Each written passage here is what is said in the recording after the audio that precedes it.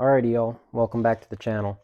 So today we're going to be doing an overview of the Wolf Creek #1 coil spring. This one is just a regular jaw. So we're going to be measuring some dimensions as well as getting the thickness of the parts here. So to start off with the frame. We got 1/10 of an inch frame, 1/10 of an inch cross frame.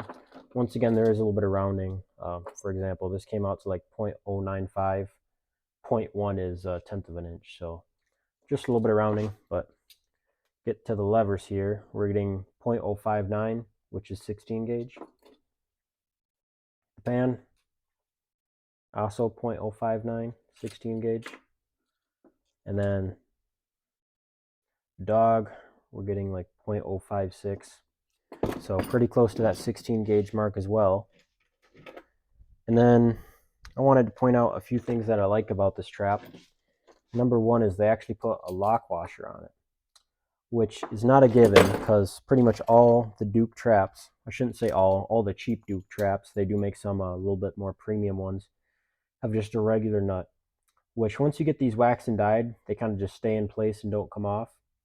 But I actually lost one of these bolts and had to re-drill it and put a new bolt and nut in there because I was using it without it being waxed and dyed and it just backed right off.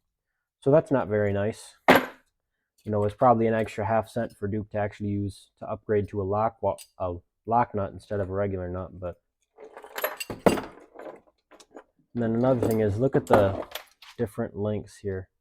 That's the Wolf Creek link, that's the Duke link.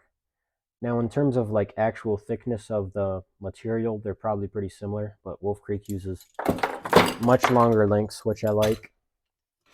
And another thing is, this one has a ring on it, which some people prefer swivels.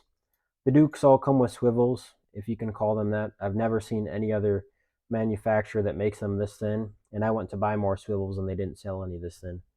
And I've bent them up a few times, so they're not really any good. But these rings, you'll see them quite often on vintage traps. Here's an Oneida Victor number 1.5 jump. It's got that, you know, ring with a twist in it again. And Oneida Victor still puts these at least on their 1.5 coil springs. So I don't really see an advantage or disadvantage to that. Well, maybe it's an advantage over the Duke swivel that's so crazy flimsy. But, you know, ideally like a heavy duty swivel would be nice. But it's, you know, it's a mink and muskrat trap. So I'm going to set this, get the dimensions of the pan as well as the jaw spread. Be back to you guys in a second. Alright, one more thing I forgot to mention is the length of this chain. From the start of the link here to the end of the string, it's 18.5 inches. Alright, now the jaw spread, outside, you have right about 4 inches. Inside should be, you know, 3 3/4, because if it's 4 inches, each jaw is 1/8 inch, it'll come out to be 3 3/4. Sure enough, pretty close to 3 3/4, at least for what we're doing. The pan,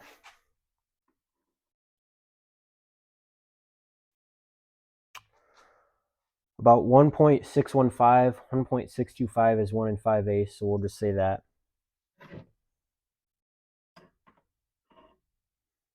Yep, 1 5/8. All right, there you guys go. I'll measure the hinge to hinge as well, but you know, it's fairly subjective because I could go over to here, or I could go over to here, all the way over. But I'll just measure it anyhow.